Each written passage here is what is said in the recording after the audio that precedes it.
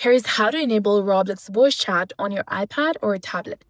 First of all, you need to launch your Roblox application, log into your account, and then tap on the More icon from the left-hand side of the screen. From this page, you need to simply scroll down and go to the Settings option. Now, from the settings, open Privacy and Content Restrictions, that is between security and parental controls. Now select Communication, that is between screen time and visibility and private servers. Here in this page, you'll find 4 different options of experience chat, party, voice chat, and camera input. You need to go ahead and tap on voice chat. Then make sure that you have toggled the option of enable microphone. Now you can tap on the microphone icon in the top left corner within the Roblox game and start speaking.